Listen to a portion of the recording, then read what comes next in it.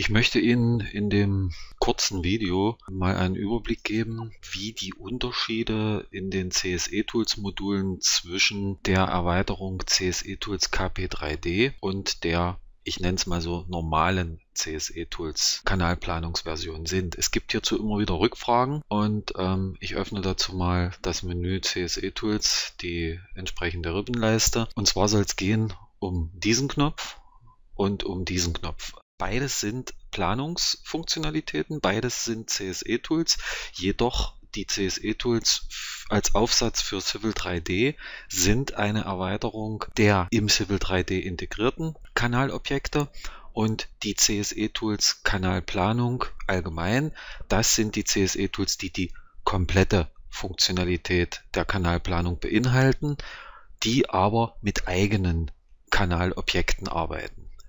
Die Herangehensweise von der Philosophie, Denkweise und Planung ist ähnlich, nur die Objekte, die die Kanalplanung CSE-Tools allgemein erzeugen, sind nicht die Civil 3D-Objekte. Was bedeutet das jetzt in der Praxis? Um Ihnen das mal zu demonstrieren, habe ich zwei Pläne geöffnet, die erstmal prinzipiell gleich aussehen. Ich schalte mal um auf den anderen.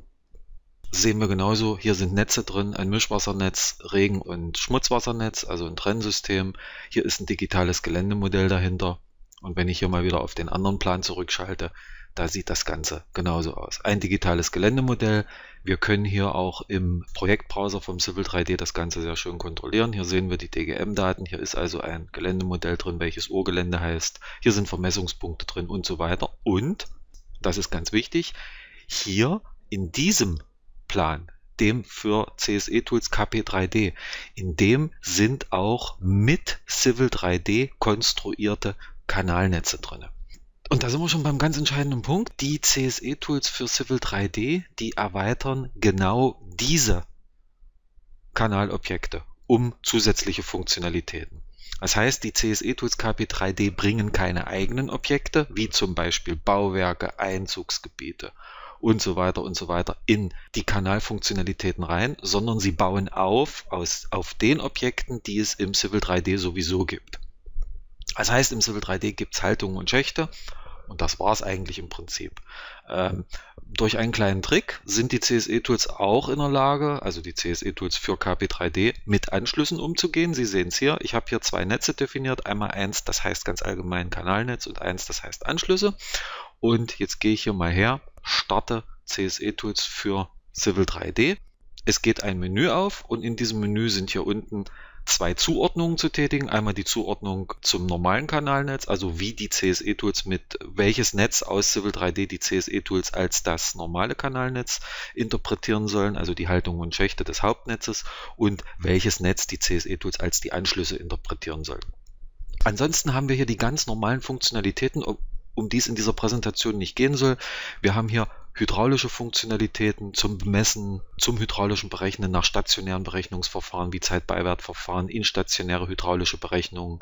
Wir haben hier drin Aushubberechnungen, also Rohrgrabenberechnungen für Kanalnetze, Schächte, Schachtbaugruben und so weiter.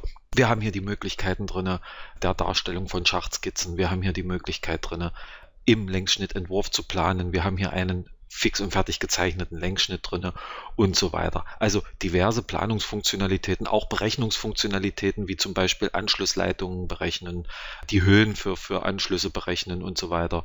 Wir haben Im- und Exportfunktionalitäten drin, EasyBau, XML, EasyBau Alt, DWA M150, XML-Dateien und so weiter. Also alle möglichen nach deutschen Regeln und Vorschriften implementierten Funktionalitäten.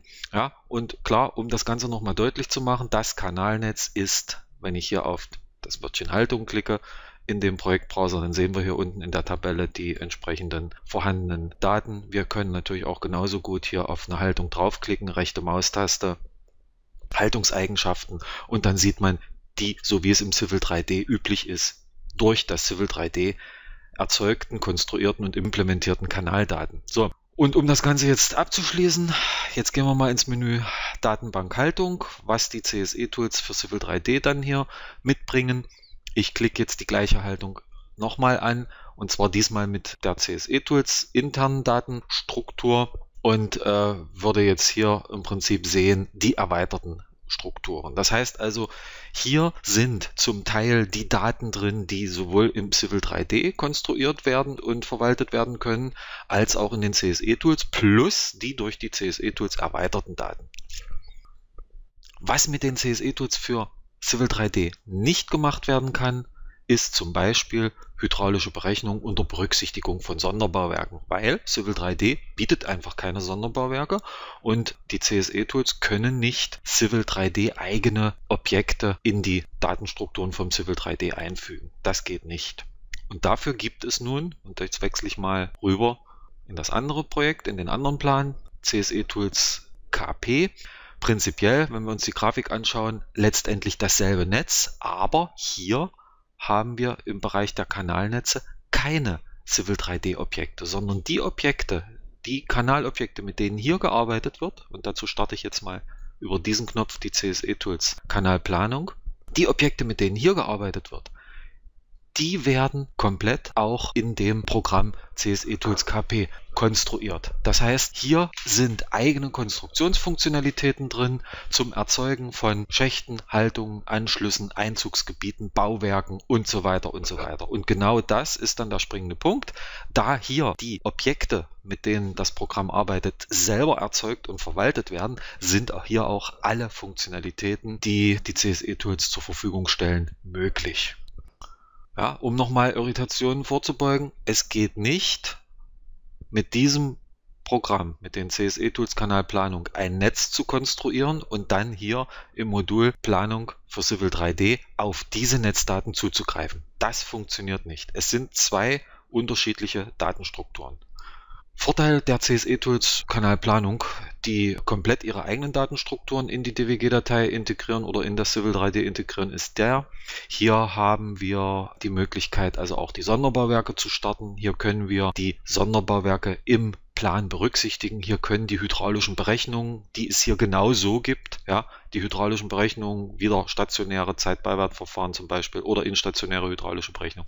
Diese hydraulischen Berechnungen können also auch mit den Sonderbauwerken, was auch immer, Becken, Überläufe, Drosselstrecken, freie Auslässe, Pumpwerke und so weiter, all das, was in einem solchen Kanalnetz vorkommen kann, mit dem kann hier gerechnet werden. Geht aber nur, wie gesagt, mit diesem Modul.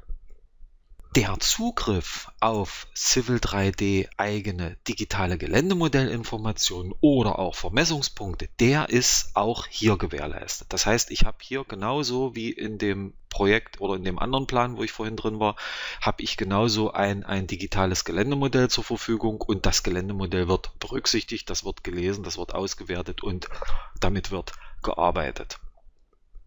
Vielleicht eine ganz nutzbringende Information noch, was sehr wichtig und interessant ist: Wenn man eine Lizenz für CSE-Tools Kanal ganz allgemein hat, also für diesen Modul, dann hat man automatisch auch eine Lizenz für dies Planung Civil 3D zur Verfügung. Das kann sich dann als vorteilhaft erweisen, wenn man beispielsweise mit Civil 3D eine Straßenplanung macht und möchte dann das Kanalnetz beispielsweise auch im Höhenplan des Straßenlängsschnittes mit dargestellt haben. Dann kann man die Daten aus dem Modul hier ausspielen, hier drüben wieder einlesen und entsprechend auch im Straßenplan, in der Straßenplanung mit im Höhenplan mit darstellen. Kann notwendig sein, demzufolge würde das auch funktionieren. Wenn man nur die Erweiterung für Civil 3D erwirbt, dann hat man auch nur und ausschließlich die dort zur Verfügung stehenden Funktionalitäten. Um das Ganze nochmal klar und deutlich zu sagen. Weiterer Vorteil der CSE-Tools allgemein ist, sie kommunizieren untereinander. Das heißt, ich habe also beispielsweise hier auch Kanalkatasterfunktionalitäten, wir haben hier Sanierungsplanung, wir haben hier also Wasserversorgungsfunktionalitäten. Alle diese Funktionalitäten, die reden miteinander. Das heißt, wenn ich also einen Längsschnitt zeichne in der Kanalplanung, kann ich mir einen Strang eines Schnittes aus einem Leitungsnetz, aus einem Wasserversorgungsnetz in diesem Kanalplanungslängsschnitt beispielsweise mit darstellen lassen. Oder wenn ich in ein und demselben Kanalbestand zum einen hydraulisch rechne, kann ich dort also auch Zustandsdaten und so weiter einlesen, um eine Zustandsbewertung zu machen und darauf basierend eine Sanierungsplanung zu machen. Ja, also die komplett umfassende Funktionalität, die hat man sowieso dann nur hier auf diesen Modulen zur Verfügung. Ich hoffe, das kleine kurze Video hat ein bisschen zum Verständnis beigetragen, was jetzt der Unterschied ist zwischen Planung Civil 3D und der Planung bzw. den weiteren Modulen im Bereich Kanal. Ich bedanke mich für Ihre Aufmerksamkeit und bei weiteren Fragen dürfen Sie sich gerne an uns wenden.